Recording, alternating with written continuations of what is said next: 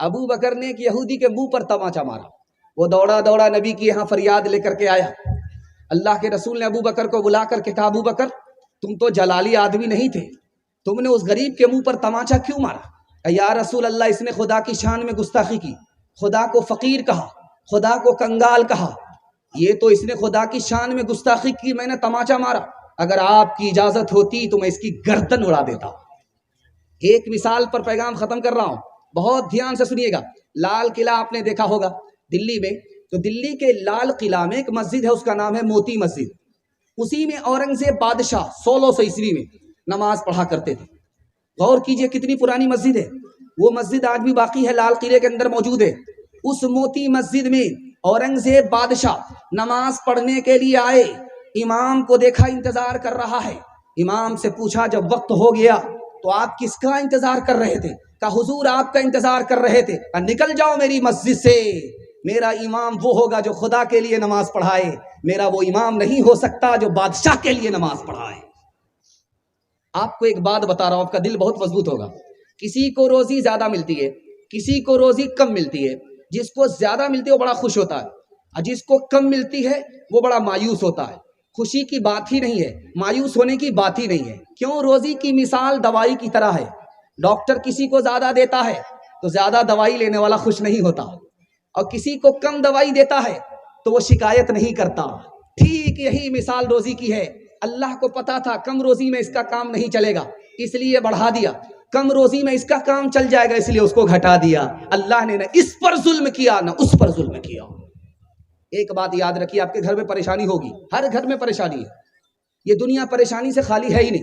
دکھائیے ایک آدمی, دکھائیے اٹھ کر کے جو پریشانی سے خالی ہو, اس کی زندگی خالی ہو, آپ کا دل بہت مضبوط ہوگا.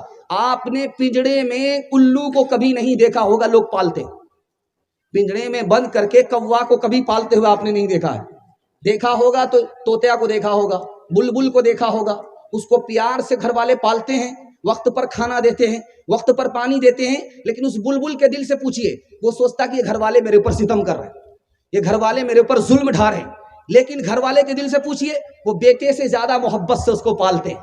اور اس کی آواز اتنی میٹھی ہوتی ہے, گھر والے مست ہو جاتے ہیں. اس طوطے کی آواز اتنی میٹھی ہوتی ہے, گھر والے مست ہوتے ہیں. جب اللہ تعالیٰ اپنے بندے کے پر مصیبت ڈالتا ہے, وہ روتا ہے, تو اللہ کو ایسا ہی اچھا لگتا ہے جیسے پنجڑے میں بند بلبل کی آواز گھر والے کو اچھی لگتی ہے. آخری بات بتانے کے لیے جا رہا ہوں, خدا ماں سے بھی زیادہ مہربان, باپ سے بھی زیادہ مہربان. ابھی آپ نے سنا ہر شاعر آ کر کے ماں پر مصرع پڑھ رہا ہے, کیونکہ ماں سے آسان پیسہ نکالنے کے لیے کوئی ذاتی نہیں تھی. شاعر سے زیادہ سمجھدار کوئی ہوتا نہیں ہے. اتنا چالاک ہوتا ہے کہ جو آخری جیب میں پیسہ گڑا ہوا ہے, چھپا ہوا ہے, ماں کے نام پر وہاں سے نکل جاتا ہے. ورنہ ہزار کسی بڑے سے بڑے آدمی کا نام آپ بولیے, وہ پیسہ وہاں سے ٹس سے مس نہیں ہوگا. خیر, ماں کے حوالے سے سب سے زیادہ جلدی میں خطا کو معاف کرنے والی کون ہے؟ ماں ہے. بیٹے سے ناراض ہے, بات نہیں کر رہی ہے, لیکن جب کھانے کا وقت ہوتا ہے تو بیٹی سے کہتی, بیٹی ذرا دیکھو تمہارے بھائی نے کھانا کھایا کہ نہیں کھایا. کیا مطلب ہے؟ ناراض تو ہے, دل سے ناراض نہیں ہے. اب وہ ماں کے پاس بیٹا آ گیا, پیر پکڑتا ہے کہ اماں معاف کر دو, منہ کھولتا ہے اماں معاف کر دو, ماں معاف کر دیتی ہے. لیکن ایک مطالعہ آپ کی خدمت میں رکھنے کے لیے جا رہا ہوں, ماں سے بھی زیادہ جلدی کون معاف کرتا ہے؟ اللہ معاف کرتا ہے. کیسے؟ ماں کے پاس تو آنا پڑے گا, پیر پکڑنا پڑے گا, منہ کھول کر کے معافی مانگنی پڑے گی, تب ماں معاف کرے گی. لیکن اللہ کے پیر پکڑنے کی بھی ضرورت نہیں ہے, منہ کھولنے کی بھی ضرورت نہیں ہے. دل کا ارادہ ہوا, خدا معاف کر دیتا ہے. انشاءاللہ قبولیت کی گھڑی میں توبہ کر کے اپنے گناہ کی معافی مانگیں گے, ہاتھ اٹھائیے انشاءاللہ. معافی کی امید پر توبہ کے بعد بھی گناہ کریں گے, ہاتھ اٹھائیے انشاءاللہ.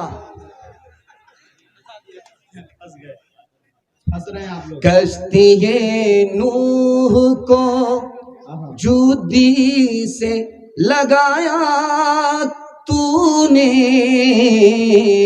نیل میں غرق سے موسیٰ کو بچایا تو نے, شکم ماہی میں یونس کو جلایا تو نے چرخ پہ حضرت عیسیٰ کو اٹھایا تو نے، سر اٹھاتے تھے تکبر سے جو اصحاب الفیل، بھیج کر تو نے ابابیل کیا دم ذلیل، آج ادنا ہے یا رب تیری رحمت کی دلیل، آگ گل ہو گئی جب ڈالے گئے اس میں خلیل، کس سے فریاد کرے تیرے سوا اے رب جلیل، تو ہی مظلوموں کا ہوتا ہے مصیبت میں کفیل، تو ہی مظلوموں کا۔ جوانوں کے حوالے سے سنا رہا ہوں، جوان لوگ سننے کے لیے تیار ہیں؟ دونوں ہاتھ اٹھائیے انشاءاللہ۔ بھول سے بوڑھے لوگ ہاتھ مت اٹھائیے گا، اس دعا سے بھی آپ جوان نہیں ہونے والے نہیں ہیں، خیر سیدھے جنت میں جا کر کے جوان ہو جائیں گے۔ خیر یہاں تو ناظم جلسہ جو ہے مذاق کو بھی پکڑنے لگتا ہے۔ ابھی شمشاد راہی صاحب کسی بوڑھے کے حوالے سے مذاق کیا تو ناظم جلسہ نے پکڑنے کی بھول کر دیا۔ دیکھیے بھائی، مذاق کو مذاق سمجھا کیجیے، مذاق مذاق ہوتا ہے، دلچسپی کے لیے، ماحول بنانے کے لیے شاعر کبھی کبھی مذاق کر لیتا ہے۔ اب اس کو آپ حقیقت مت سمجھا کیجیے، یہ اسٹیج کی نزاکت ہے۔ اگر چھوٹا اپنے بڑے کی غلطی نکالنے لگے اسٹیج پہ تو اسٹیج کا تو جنازہ ہی ہو جائے گا، کباڑا ہی نکل جائے گا۔ اس لیے بہت دھیان سے آپ کو سننے کی ضرورت ہے۔ جوانوں کے حوالے سے سنا رہا ہوں، بہت خوبصورت پیغام آپ کی خدمت پہ لے کر کے آ رہا ہوں۔ یہ جو ملک ہندوستان میں ہم جیتے ہیں، اس میں مہنگائی بہت زیادہ ہے، اتنی مہنگائی زیادہ ہے کہ زیادہ پیسہ بھی کم پڑ رہا ہے، اور اس ملک میں غریبی اتنی زیادہ ہے کہ مالدار آدمی بھی دعویٰ کر رہا کہ میں غریب ہوں، مالدار نہیں۔ بے روزگاری کا حال اتنا زیادہ ہے کہ 150 جوان اڈے بازی کرتے ہوئے ہر وقت آپ کو ملیں گے، کوئی کام دھندا نہیں ہے، کرکٹ میں لگے ہوئے، کیرم بورڈ میں لگے ہوئے۔ اور ابھی جو میں آیا جلسے میں تو جوانوں کا میلہ تھا، ایسا میلہ تھا کہ روح کانپ جاتی تھی۔ یہ عورتوں کی آبرو لوٹنے کے لیے آئے ہیں یا جلسہ سننے کے لیے آئے؟ اس لیے میں خدا کے واسطے ہاتھ جوڑ کر کے آپ لوگوں سے کہتا ہوں، اگر عورت کو بلاتے ہیں تو عورت کی حفاظت کیجیے۔ اگر عورت کی حفاظت آپ سے نہیں ہوتی ہے تو خدا کے واسطے یہ میلہ ٹھیلا جو دکانوں کا ہے اس کو 9 انٹری کر دیجیے، اور عورتوں کا رات میں آنا 9 انٹری کر دیجیے۔ یاد رکھیے، یہ جلسہ بڑھ کر کے نہیں ہے، عورت کی آبرو سے بڑھ کر کے یہ جلسہ بھی نہیں ہے۔ یہ تو جلسہ بار بار ہوتا رہے گا، لیکن کسی عورت کی آبرو جلسے کی وجہ سے چلی گئی تو کبھی لوٹ کر کے نہیں آئی۔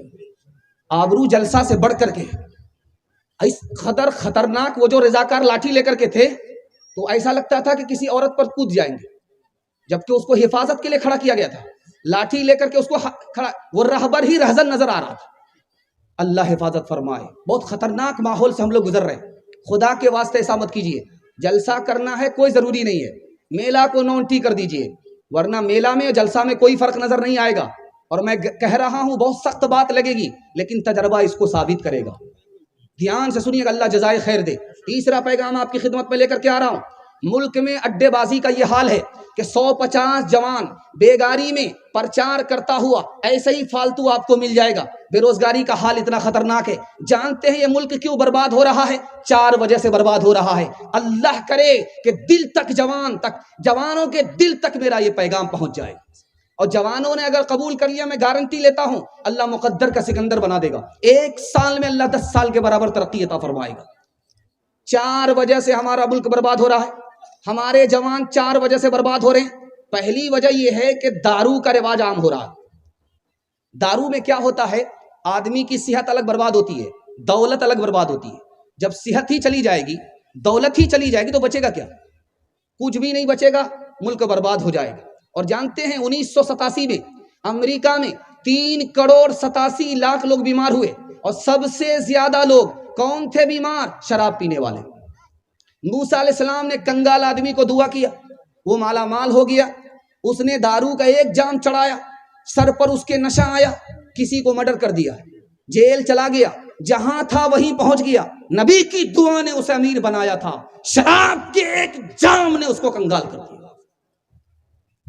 یہ شراب کی وجہ سے ہمارا جوان کبھی ترقی نہیں کر سکتا. دوسری وجہ بتانے کے لیے جا رہا ہوں، سود کا رواج اتنا عام ہو گیا ہے کہ مرد جب تھک گئے تو اب عورتوں کو لگا دیا ہے. بندھن لون، یہ لون، وہ لون، لوٹ کر کے لاؤ، کوٹ کر کے کھاؤ. بیوی الگ لوٹ رہی ہے، شوہر الگ لوٹ رہا ہے.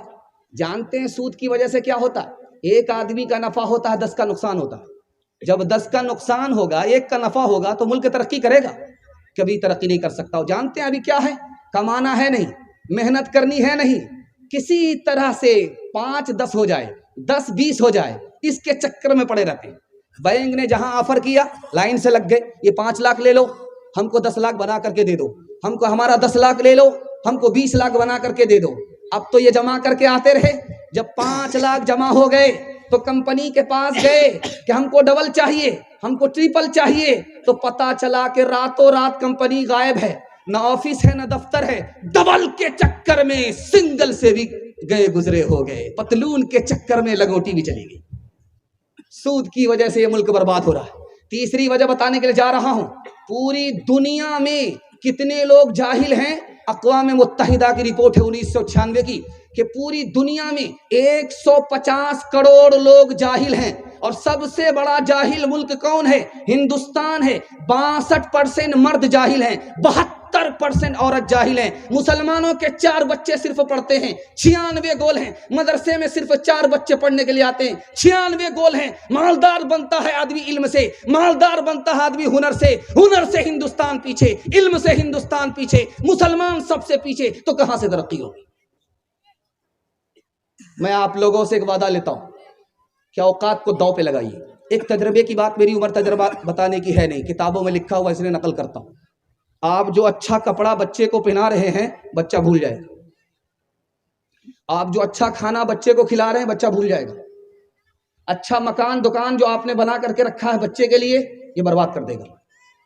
یہ احسان نہیں مانے گا. ایک احسان بچے کے اوپر کر دیجئے، زندگی بھر یاد رکھے گا.